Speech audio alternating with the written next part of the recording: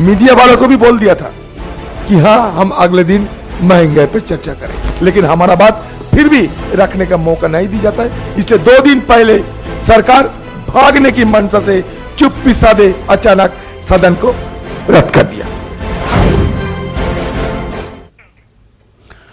आदाब, मैं हूं विशाल आजम और आप देख रहे हैं कहकर ही मानेंगे। हमारा आज का खास मौजू है कि किस तरह से आखिर जो पार्लियामेंट का जो बजट इजलास था, उस इजलास का तो इख्तिताम हो गया है, लेकिन सड़क पर संग्राम शुरू हो गया है।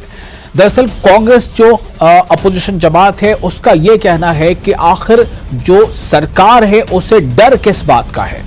क्यों सरकार ने बिजनेस एडवाइजरी कमेटी में इस बात का फैसला कर लिए जाने के बावजूद या इस बात पर रजामंदी दे दिए जाने के बावजूद कि महंगाई पर पार्लियामेंट में बहस कराई जाएगी, क्यों महंगाई जैसे अहम मुद्दे पर चर्चा नहीं कराई गई और 2 दिन पहले ही सेशन को मुलतवी कर दिया।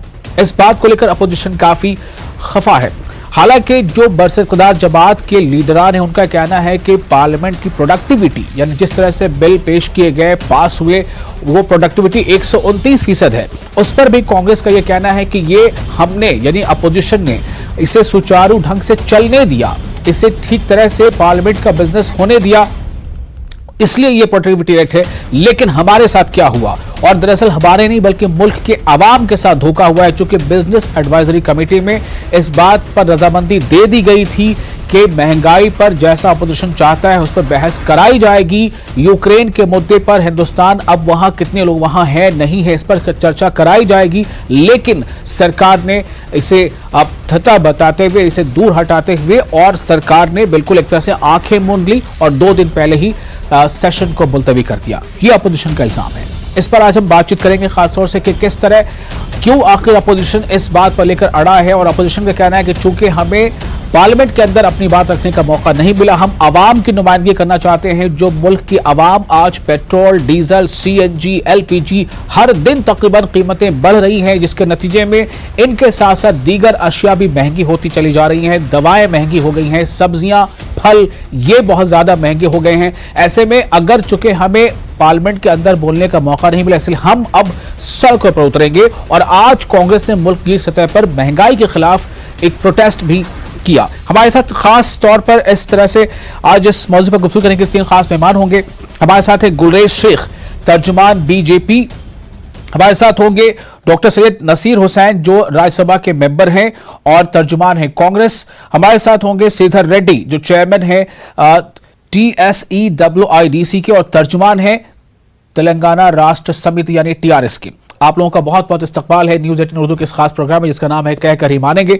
गुलेर शेख साहब, मैं आपके पास सबसे पहले आना चाहता हूं कि कांग्रेस यानी अपोजिशन पार्टियों में से खासतौर से कांग्रेस और तृणमूल कांग्रेस भी इस बात को लेकर काफी खफा है कि सरकार ने ये 2 दिन पहले ही ये सेशन को मुलतवी कर दिया गैर मुअय्यना मुद्दत के लिए। आखिर सरकार को डर किस बात का है? ये सरकार को किसी चीज का डर नहीं है और जो काम था सदन का जो होना था वो पूर्ण हो चुका था। आप देखिए कितने काम हुए। यूक्रेन की स्थिति के ऊपर गहन से चर्चा हुई, जो बच्चे लाए गए ऑपरेशन गंगा के तहत उसके ऊपर गहन से चर्चा हुई। MCD का बिल लाया गया, जो CRPC के प्रोसीजर में चेंज किया था आइडेंटिफिकेशन के लिए, वो कार्य कर दिया गया।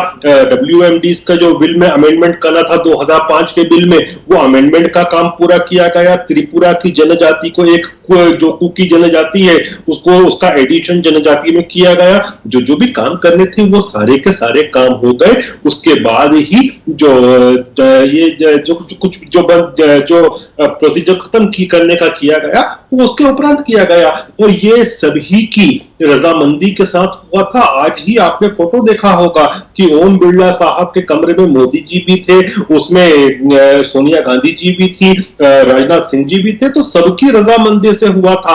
अब राजनीति करने के लिए ये सब बातें कर रहे हैं, लेकिन ये बात तो सही है कि ये सेशन 2 रोज कबल ही, यानी कि आज 11 बजे ही, चूंकि 11 बजे ही ये मुलतवी हो गया, तो आज दिन भर जो बिजनेस होता, अगले रोज जो बिजनेस होता वो नहीं हो पाया। ये तो तय है, 2 दिन पहले इसे कंक्लूड कर दिया गया। ये म्यूचुअल कंसेंट से सभी पार्टियों के किया गया, कोई एक तरफ का फैसला नहीं था। और आपने देखा ना किस प्रकार से सोनिया जी जाती हैं। नहीं, लेकिन अधीर रंजन चौधरी जो लोकसभा में अपोजिशन के लीडर है, उनका यही कहना है कि बिजनेस एडवाइजरी कमेटी की मीटिंग में यह तय हुआ था कि महंगाई पर चर्चा होगी, बढ़ती कीमतों पर चर्चा होगी। हर दिन जो कीमतें बढ़ रही हैं, सीएनजी, कभी एलपीजी, कभी पेट्रोल, कभी डीजल, उसके वजह कर बाकी और चीजों की कीमतें बढ़ रही हैं। लेकिन आज हर जगह प्रेस कॉन्फ्रेंस करके ये बात कही गई है, कांग्रेस के तमाम बड़े लीडरों ने कहा है कि उनके साथ धोखा किया गया। नहीं, ये धोखा तो कांग्रेस सरकार के साथ कर रही है। जब आप रजामंद थे कि आज इसको मुलतवी कर दिया जाए सेशन को, और आज सेशन को खत्म किया जाए, तो उस चीज के ऊपर तो कांग्रेस ने पहले हामी भरी, और उसके बाद अब ये राजनीति करने के लिए इस प्रकार की बात कर रहे हैं। तो ये जो धोखा है ना, ये जनता को धोखा दे रहे हैं, सरकार के साथ गलत कर रहे हैं, ये अच्छी बात नहीं है। इस तरह से क्या होता है? श्रीधर रेड्डी साहब को मेरी आवाज मिल पा रही है क्या? श्रीधर रेड्डी साहब, तर्जुमान तृणमूल कांग्रेस, माफ कीजिएगा, तेलंगाना राष्ट्र समिति। रेड्डी साहब, आपको मेरी आवाज मिल रही है? हाँ, सुनाई दे रही है जी। रेड्डी साहब, अपोजिशन में टीआरएस भी है पार्लियामेंट में, तृणमूल कांग्रेस ने भी आवाज उठाई है, कांग्रेस पार्टी ने भी आवाज उठाई है कि आखिर 2 दिन पहले ही सेशन को कंक्लूड क्यों कर दिया गया। और बहुत सारे ऐसे मुद्दे हैं जो देश के अंदर के बर्निंग इश्यूज हैं, उनमें से एक है महंगाई, और दूसरा जो इस वक्त यूक्रेन और रशिया का जो इशू चल रहा है, उस पर देश की क्या स्थिति है, देश का क्या अपना रुख है, इस पर अपोजिशन चर्चा चाहता था। जैसा कहना है अपोजिशन का, जो अधीर रंजन चौधरी कह रहे हैं कि बिजनेस एडवाइजरी कमेटी में इस बात पर रजामंदी दी गई थी, लेकिन 2 रोज कबल ही बगैर चर्चा कराए इसे कंक्लूड कर दिया गया। मुझे ताजुब हुआ कि आज मैंने गवर्नमेंट की तरफ से एक प्रेस कॉन्फ्रेंस देखा था, जिसमें बोल रहा था कि बजट सेशन पूरा सफल हो गया, उसका प्रोडक्टिविटी अच्छा था, बहुत सारे बात बोले गए।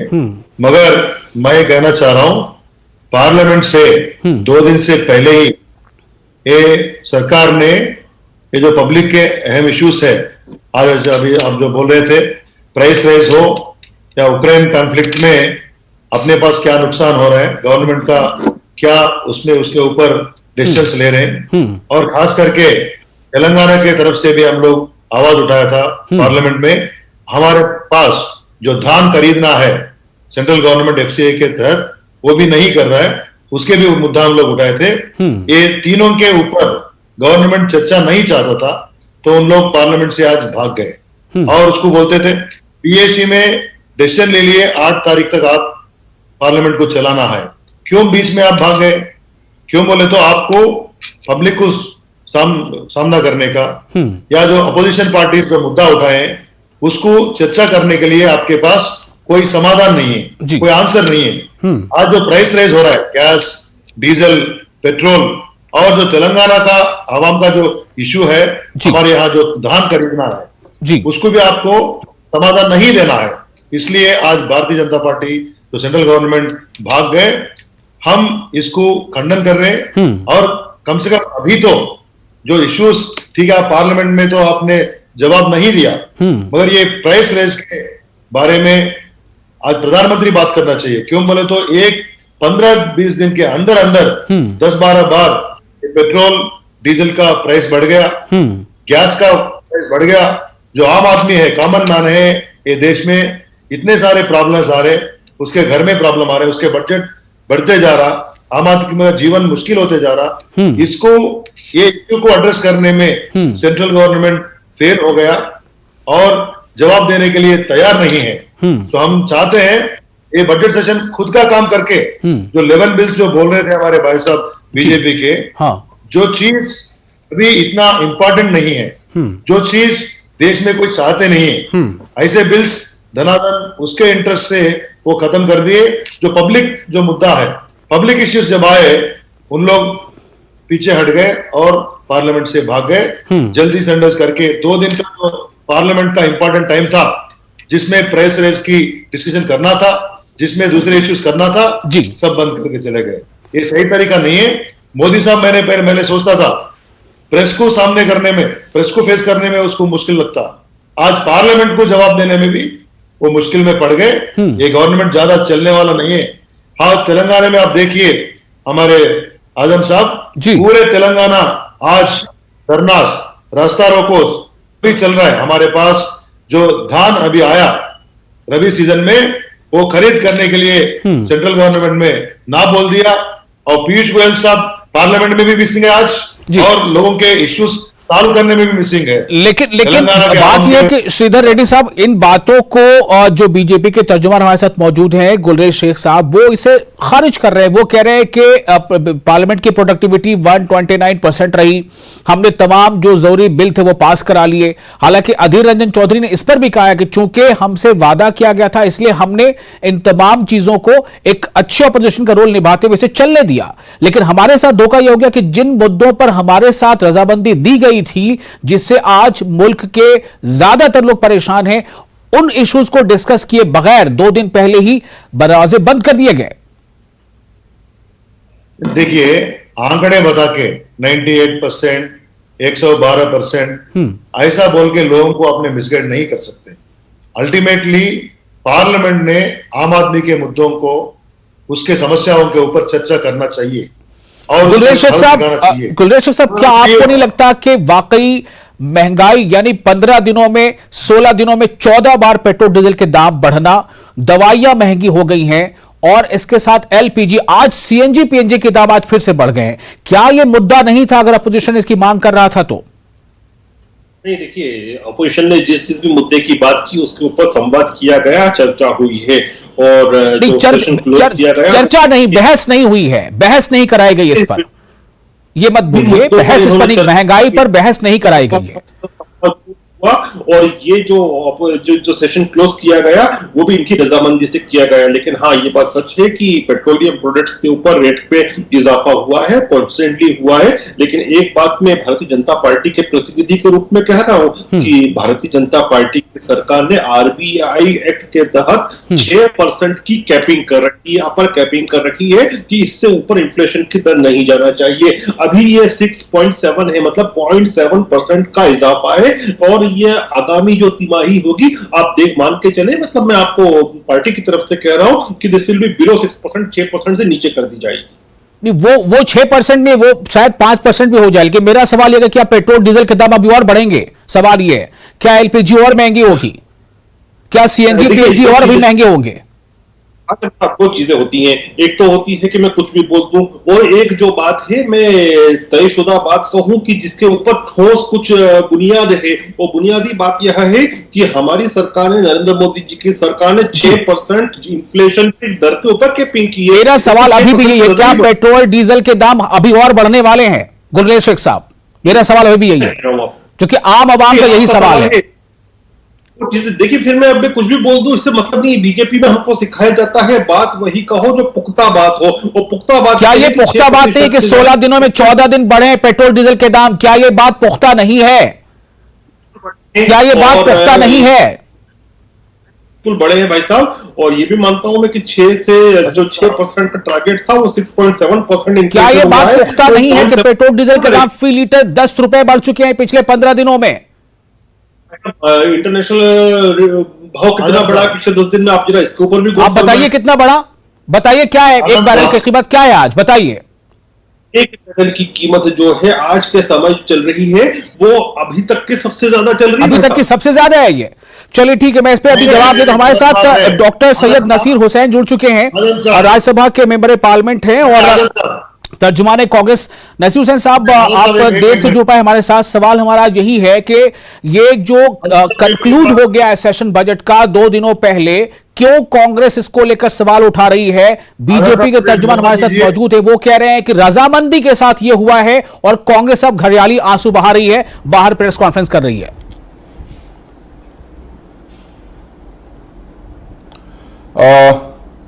विशाल साहब, देखिए, जब भी पार्लियामेंट सेशन चलता रहता है, पार्लियामेंट सेशन शुरू करना, खत्म करना, पार्लियामेंट में कौन से बिल्स लाना, कौन से मुद्दे को उठाना, कौन से मुद्दे अपोजिशन उठाती है तो उस पर चर्चा करवाना नहीं करवाना, ये सारा सत्ताधारी जो पक्ष है उसके हाथ में रहता है, सरकार के हाथ में रहता है। सरकार पार्लियामेंट चलाती है, अपोजिशन पार्लियामेंट नहीं चलाती है। अपोजिशन पार्लियामेंट में वो मुद्दे उछालने की कोशिश करती है, वो मुद्दे लाने की कोशिश करती है जो सरकार लाना नहीं चाहती या सरकार लाना लाने के लिए तैयार नहीं है।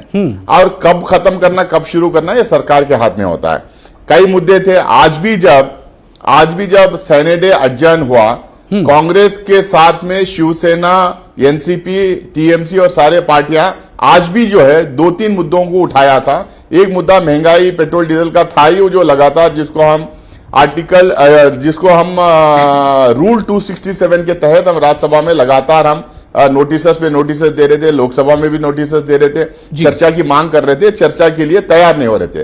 आज एक बात सामने आई, आईएनएस विक्रांत में बीजेपी के एक एमपी और उनके बेटे के नाम पे एफआईआर हो गया है। उसमें 100 करोड़ से ज्यादा रुपए का घोटाला हुआ है।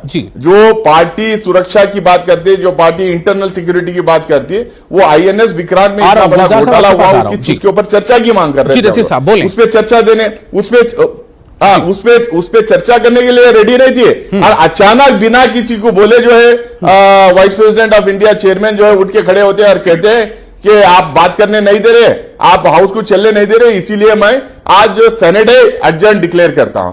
मतलब किस तरह से ये चर्चा करवाना चाहते हैं। इसी बात पे गुलरेज शेख साहब का कमेंट है। गुलरेज शेख साहब, आप कह रहे हैं कि रजामंदी से हुआ है, नसीर साहब कुछ और कह रहे हैं, वो मेंबर पार्लियामेंट है आरएस से, राज्यसभा से। जी गुलरेज साहब, देखिए, दुख इसी बात का होता है कि जब मेंबर ऑफ पार्लियामेंट भी सच बात नहीं बोले। आज जो था, कांग्रेस पार्टी बिल्कुल इस चीज के ऊपर एक राय थी कि आज इसको मुलतवी करना है, और उस बात को लेकर तभी आपने सोनिया जी का फोटो भी देखा कि सोनिया जी भी आज मिलने गई थी ओम जी से, नरेंद्र जी से, राजनाथ जी से। वो बात पूरे दोनों पार्टी एक फोटो का मतलब ये नहीं है कि वो ये कहने गए थे कि ठीक है सेशन कंक्लूड कर दीजिए, क्या यही मतलब है नसीर साहब? ये उनके नेताओं से बात हो चुकी थी, उनका भी एक ही राय था। किसी को तो कहते हैं गलती राजनीति, झूठ की राजनीति। मैं जवाब ले रहा हूं नसीर साहब। विशाल साहब, मैं सिर्फ राज्यसभा में मेंबर नहीं हूं, कांग्रेस पार्टी का विप भी हूं जी। कांग्रेस पार्टी का विप होने के नाते अंदर बिजनेस एडवाइजरी कमेटी मीटिंग में क्या चलता है, कौन से बिल्स के बारे में तय होता है, कितना टाइम अलॉट करते हैं, कौन कौन बात कर सकते हैं, कौन सी पार्टी कितना टाइम अलॉट किया जाएगा, कौन से बिल अगले दिन लिए जाएंगे, ये सारे चीजों के बारे में मुझे इंफॉर्मेशन कम से कम रहता है, क्योंकि पार्टी का विप हूं वहां पे। देखिए, इसमें जब सरकार अपने तरफ से ये कहती है कि हम आज सेनेट डे करना चाहते हैं, तो हम वहां पे धरना देके बैठ नहीं सकते कि आप हाउस चलाओ। हम धरना देके ये कह सकते हैं कि कौन से मुद्दे के ऊपर बहस होना चाहिए जी। हम प्रोटेस्ट करके ये बोल सकते हैं कि कौन से इंपॉर्टेंट मुद्दे आपके बिल्स के अलावा कौन से इंपॉर्टेंट मुद्दे हैं जो अर्जेंट डिस्कशन की तवज्जो चाहते हैं। जी तो अर्जेंट डिस्कशन की तवज्जो चाहते हैं। पेट्रोल डीजल गैस के बारे में कम से कम 2 डजन टाइम हम लोगों ने नोटिस दिया, लगातार नोटिस दिए, उसके ऊपर कोई बहस नहीं। इंटरनल सिक्योरिटी के ऊपर हम लोगों ने बहस की मांग की, उसके ऊपर कोई चर्चा नहीं है। मतलब जो इंपॉर्टेंट मुद्दे हैं उसके ऊपर चर्चा बिना करे छोटे मीठे बिल्स पास करवाओ, और 75 साल में ये हुआ, 70 साल में ये हुआ, ये 8 साल से क्या कर रहे हैं उसके बारे में चर्चा नहीं रही है। 70 साल हम क्या नहीं किए उसके बारे में बोल के जो है बिल पास करके निकाल लेंगे। श्रीधर रेड्डी साहब, टीआरएस जी बोले, आप कुछ कहना चाह रहे हैं? अब सरकार जब कहती है कि हमको करना है तो हम कुछ नहीं कर सकते। ठीक है, टीआरएस जी, श्रीधर रेड्डी साहब। नहीं, हमारे बीजेपी के आपके प्रतिनिधि बोल रहे थे जी, और पेट्रोल इन लोग इतना हास्यास्पद है कि यूक्रेन का कॉन्फ्लिक्ट को दिखा रहे हैं। आपको मैं बताना चाह रहा हूं, 2014 में जो क्रूड ऑयल प्राइसेस था $105, आज की तारीख में आज ये टाइम पे भी $106 है क्रूड ऑयल प्राइसेस। तब 7 साल से पहले तब 90 रुपए लीटर था पेट्रोल, 80 से 90 के बीच। तब पेट्रोल का प्राइस था, पेट्रोल का दाम था 70 रुपए, 70 रुपीज जी। डीजल प्राइस था 58 रुपीज। हाँ जी, 58 रुपीज था डीजल, पेट्रोल 70 था। आज पेट्रोल का दाम 118 रुपीज से ज्यादा है, डीजल 104 रुपए से ज्यादा है। हमारे बीजेपी, आप कितने दिन लोगों को मिसगाइड करते जाएंगे? गुलरेज शेख साहब, आपके सवाल के उन्होंने जवाब दिया है, अब आप कैसे बताएंगे? और दूसरी अहम बात यह भी है कि जहां तक बात रशिया यूक्रेन जंग की है, रशिया से 2% से ज्यादा कभी भारत ने तेल नहीं खरीदा है, जितना भारत को तेल की जरूरत है बाहर से खरीदने की। खरीदा नहीं। मैं आपको ये बताना चाह रहा हूं, जब क्रूड ऑयल प्राइसेस $40 तक गए, तब भी आप लोग ने इसका दाम कम किया नहीं, और उसके ऊपर अब जो कॉमन मैन के जो इश्यूज है, अभी हमारे कांग्रेस के एमपी साहब बता रहे थे, उसके ऊपर जब मुद्दा उठाए अपोजिशन पार्टीज ने, तब आप भाग जाते हैं, बाहर आके इतना कहानियां बता देते हैं, तो लोग मान जाए, कहां मानेंगे? अब आपका सरकार के ऊपर हम लोग विश्वास खो गए। खास करके तेलंगाना के जो एमपीस है, यहाँ लोकसभा में भी और राज्यसभा में भी, तेलंगाना में धान खरीदने के लिए यहाँ पर हमारे चीफ मिनिस्टर के साहब के जो डेवलपमेंट एक्टिविटीज के बदौलत यहाँ पर हमारा जो खेती का विस्तीर्ण बढ़ गया, बिल्कुल बिल्कुल, और उसका प्रोडक्टिविटी बढ़ गया। उसको खरीदने के लिए हम लोग इतना पूछे सेंट्रल गवर्नमेंट को, और हमारे फार्मर्स को अन्याय करते हुए वो मुद्दा भी उन लोग डिस्कस करने के लिए तैयार नहीं था। पेट्रोल, गैस, डीजल, जो भी कॉमन मैन इश्यू, वो लोग चर्चा नहीं करते। जो अंबानी के लिए, अदानी के लिए जो बेनिफिट होता है, वो डिस्कशन करने नसीर साहब, सैयद नसीर हुसैन साहब हैं। मैं आपको फिर से बताऊं कि राज्यसभा के मेंबर है ये कांग्रेस के, और ये बिजनेस एडवाइजरी कमेटी के भी मेंबर है, कांग्रेस के भी हैं। मेरा सवाल ये है नसीर साहब के, एक तरफ मतलब वजह क्या आप समझ रहे हैं? अगर आपको ये लग रहा है कि 2 दिन पहले ही जो है सेशन कंक्लूड कर दिया गया, गुलरेज शेख साहब कह रहे हैं कि रजामंदी से ये सारी चीजें हुई हैं, आप कह रहे हैं रजामंदी से नहीं हुई है, हमारा इस पे ऐसे मांग थी। हमने अभी एक बयान भी चलाया अधीर रंजन चौधरी का, वो कह रहे हैं कि हमने इंटरनल सिक्योरिटी और रशिया यूक्रेन सिचुएशन और सबसे बड़ी बात महंगाई को लेकर हम चर्चा चाहते थे, जो BAC में तय हो गया था, लेकिन हमें धोखा दिया गया। क्या वजह हो सकती है इसकी, नसीर साहब? जी नहीं, विशाल साहब देखिए, ये सरकार का जो क्या रवैया रहा है, आप प्रधानमंत्री नरेंद्र मोदी जी की आप थोड़ा हिस्ट्री देख लीजिए, आप थोड़ा गुजरात में थोड़ा पीछे झांक के इतिहास में देख लीजिए। जब ये वहां मुख्यमंत्री थे, कभी भी जो है चर्चा की मांग जो होती थी उसके ऊपर चर्चा नहीं होती थी, वो कभी हाउस नहीं जाते थे, कभी वो असेंबली को कोई किसी भी तरह का रेस्पेक्ट नहीं देते थे। वो इधर उधर के बिल्स पास करवा लेके अपनी मनमानी करके वहां पे समाज में फूट डाल के चुनाव जीतने का काम करते थे। यहां पे भी पिछले पूरे सेशन में एक दिन नरेंद्र मोदी जी आए थे, पहले दिन और आखिरी दिन। इस सेशन में भी सिर्फ एक दिन उन्होंने अटेंड किया। उनको पार्लियामेंट में क्या चर्चा होती है, पार्लियामेंट में कितना एमपीस रिसर्च करके आके अपनी बात रखते हैं, कोने कोने सी जो हिंदुस्तान के कोने कोने सी जो एमपीस आते हैं वो किस तरह से अपनी बात करते हैं, अपने लोगों की बात पार्लियामेंट के सामने जो रखते हैं, उससे उनको कोई मतलब नहीं। उनके दिमाग में कोई बिल आई, वो बिल लेके आएंगे, क्योंकि मेजॉरिटी उनकी ब्रूट मेजॉरिटी उसमें पार्लियामेंट में है, लोकसभा में है, और साथ में उन्होंने एक मेजॉरिटी मैन्युफैक्चर राज्यसभा में कर ली है। अब आसानी से बिल्स पास हो जाते हैं, तो चर्चा की जरूरत नहीं है, कौन क्या बोल रहा है उससे कोई मतलब नहीं। पहले हम जो है प्री लेजिस्लेटिव कंसल्टेशंस और लेजिस्लेटिव स्क्रूटनी, यानी कि जो 70% बिल हम लेजिस्लेटिव स्क्रूटनी के लिए भेजते थे, ज्वाइंट पार्लियामेंट्री कमिटीज यानी सेलेक्ट कमिटीज में वो उसकी बहस होती थी, चर्चा होती थी, एक बिल बन के आती थी, उसकी प्रक्रिया भी इन्होंने खत्म कर दिया। अब ये बिजनेस एडवाइजरी कमेटी में अगर तय हुआ था, या नहीं तो अगर लोग मांग कर रहे थे भाई इतनी बड़ी 40 दिन से ज्यादा यूक्रेन और रशिया की वॉर चल रही है, हमारे देश से, हमारी धरती से ज्यादा दूर नहीं है, साउथ एशिया पे क्या इंपैक्ट उसका होगा, एशियन कंट्रीज में क्या, नहीं एक मिनट, एशियन कंट्रीज पे क्या इंपैक्ट होगा, हमारे इंपोर्ट और एक्सपोर्ट पे क्या इंपैक्ट होगा, तेल के खरीदारी पे क्या इंपैक्ट होगा, जियोपॉलिटिकली हमें क्या इंपैक्ट होगा, चाइना क्या मजबूत होगी, हमारे अगल बगल के सारे कंट्री से इन्होंने नाता तोड़ लिया है, कोई भी हमारे साथ नहीं, तो इसका इंपैक्ट हमारी इकोनॉमी पे, हमारी पॉलिटिक्स पे, हमारी सुरक्षा पे क्या होगा, इसके ऊपर चर्चा की मांग कर रहे थे, लेकिन वो मांग पूरी नहीं हो पाई जैसा आपका कहना है। लेकिन बिजनेस जो बजट सेशन तो कंक्लूड हो चुका है, अब सड़क पर करना है जो करना है, जैसा कांग्रेस के नेताओं ने ऐलान किया, जैसा आप भी कह रहे हैं। बहुत शुक्रिया आप तमाम लोगों का इस खास मौजू पर अपना वक्त देने के लिए। अगर मसाइल आवाम से जुड़े हैं तो आवाम उन मसाइल को अपने हाथ में ले ही लेती है और उसका नतीजा भी दिखने लगता है, लेकिन क्या वाकई ऐसा है, इस सवाल के जवाब के लिए हमें थोड़ा इंतजार करना पड़ेगा। बहुत शुक्रिया आप तमाम लोगों को, मुझे दीजिए इजाजत, आदाब।